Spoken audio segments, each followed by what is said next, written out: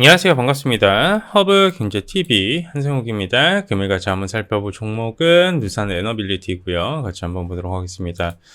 여러분들께 오늘 하루도 굉장히 고생들 많으셨다라는 말씀 들으면서 시작하도록 하겠습니다. 전체적으로 시장의 흐름 자체는 좋지가 않았고요. 이 와중에 누산 에너빌리티도 마이너스 3.37% 정도 하락을 해나갔습니다. 요즘 드는 생각이 뭐냐면 한 사람 때문에 이 전 세계의 유동성이 이렇게 녹아내릴 수도 있구나. 그리고 정치 성향 없이 그냥 말씀드린 겁니다. 미친놈 한 명 때문에 이게 도대체 뭔 상황인지 이런 생각이 드는 시점인데요.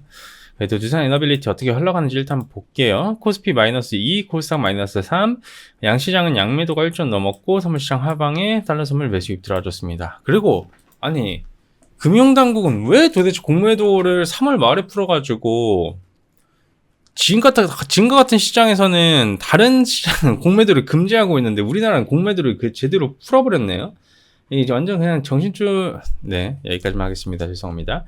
두산에너빌리티 마이너스 3.37% 정도 하락을 해나가고 있고요. 프로그램 매수 20만 주에 외국인들은 매수 기관들은 소량 매도 포지션입니다. 두빌 같은 경우에도 사실 어느 정도 시장의 여파를 받아 같이 하락을 해나가고 있어요. 피할 수 없습니다, 여러분. 시장에 하락할 때 종목들이 빠지는 거는 정말 피할 수 없어요. 개별 이슈와 재료 모멘텀이 있지 않는 이상 이게 빠질 수밖에 없다라고 생각을 하셔야 되는 부분인 것이고요. 이러한 상황에서 좀 흔들림을 보여준다라고 해서 너무 겁을 먹기보다는 때로는 조금 이럴 때 나가서 밖에서 배드민턴 치고 오는 거죠. 예.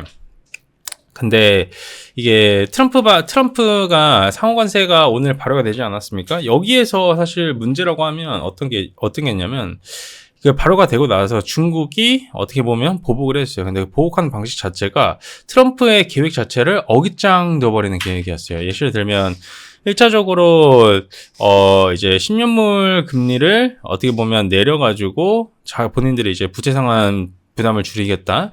그리고 그걸 이제 10년물 기반으로 파월 압박해서 금리 인하하겠다. 이거였었는데 그 두 개 다 빠그러졌죠. 왜냐면 미국 국채 매도를 강하게 하다 보니 구조적으로 금리가 올라갈 수밖에 없는 현상이 나와졌습니다.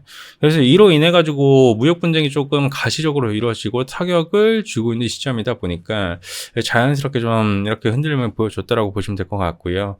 현재 두산 에너빌리티만 봤었을 때에는 같이 시장이 동조화되어 하락폭을 보여주고 있고 외국인들의 매수 유입은 들어와주고 있지만 여기서 하락하는 구간에서 들어와주는 매수 유입이기 때문에 반등 나와줄 때 어느 정도 물량 자체는 이렇게 나갈 수밖에 없지 않은 물량은 좀 나갈 수 있을 만한 물량이기 때문에 언제 다시 한 번 더 이 기관들의 수급이 들어와줄 수 있느냐도 핵심 포인트로 보여주고 있습니다. 주봉 60일선 언저리분까지 내려와주다 보니까 저는 거의 다 내려와줬다라고 보고 있고요. 중요한 거는 어떻게 보나 저렇게 보나 이제 시장이 자리가 잡혀지는 게 제일 중요하죠. 시장만 자리 잡혀준다라고 하면 저는 지금 가격 언저리 부근에서 위아래 등락폭은 조금 있을지언정 바닥 잡아주고 다시 한번 더 재차 반등을 보고 있는데 이러한 흐름이 나와주기 위해서는 이제 더 이상 시장에 흔들리면 나와주면 안 되고 CPI 이슈도 중요해요. 왜 그러냐면 목요일날 CPI가 있는데 미국 CPI가 만약에 튀어버리게 되면 파월이 금리 인하를 하기가 어려워져요. 왜냐하면 인플레가 안 잡힌 거잖아요. 관세 이슈로 인해서 인플레가 튀게 됐는데 금리 인하를 하게 된다? 어떤 현상이 나올 거예요? 인플레 더 튀죠. 인플레가 더 튈 수밖에 없어요. 그러니까 금리 인하 자체도 굉장히 제한적으로 바뀌게 돼버리는 거예요.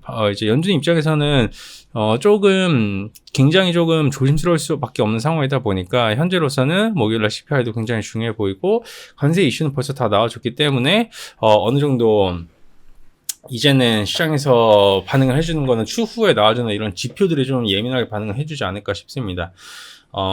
트럼프는 마치 이런 느낌이라 해석을 해주시면 될 것 같아요. 너무나도 모순적인 사람이에요. 기축통화국이라는 것은 달러를 수출해서 먹고 사는 애들이에요. 네? 달러를 수출을 하는 건데 본인들의 근간을 흔들 수 있을 만한, 본인들의 근간을 흔드는 정책을 내놓고서는 본인들의 이제 기축통화국의 위치 자체도 유지를 하려고 하는 이런 모순적인 모습이 계속 나와주고 있다 보니까 글로벌 증시부터 시작을 해가지고 이렇게 흔들림이 나와주지 않나 싶습니다. 좋습니다, 여러분. 이 정도까지만 보시면 될 것 같고요. 그리고 잘 아시겠지만 현재로서는 개별 종목들의 문제가 아니에요. 종목들의 문제가 없어요, 여러분.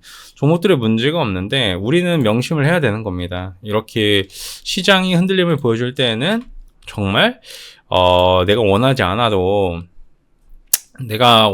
이런 하락폭을 맞을 수밖에 없다. 하지만 오히려 이런 시장은 굉장히 좋은 기회였다. 그리고 이런 기회였다라는 게 역사적으로 증명이 되어 왔기 때문에 여러분들께서도 그 정도까지만 체크 포인트로 잡아주시면 될 것 같습니다. 좋습니다. 수고들 많으셨고요. 저희가 또 이런 어려운 시장이다 보니 시장 주도주 관련돼서 리포트도 만들어서 여러분들께 무료로 제공을 현재 해드릴 예정이고요.